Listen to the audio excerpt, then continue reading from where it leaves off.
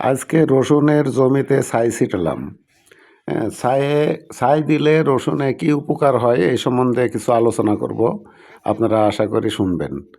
ছাই এর ভিতরে আছে পটাশিয়াম, যা রসুন মোটা তাজাকরণ করতে খুব সহায়ক হিসেবে কাজ করে।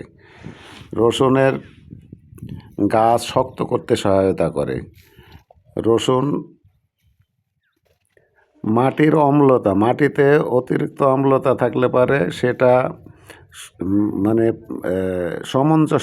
সামঞ্জস্য রাখতে সহায়তা করে ছাই, এবং ছাই মাটিকে ঝরঝরে করে সুন্দর করে তোলে। রসুনের জমিতে ছাই ছিটালে জমির উর্বরতা বৃদ্ধিতে সহায়ক হয় এবং মাটিকে ঝরঝরে করে তোলে। মাটির পুষ্টির অভাব পূরণ হয়। এবং আমি এর সঙ্গে দিয়েছি ছাগলের বিষটা।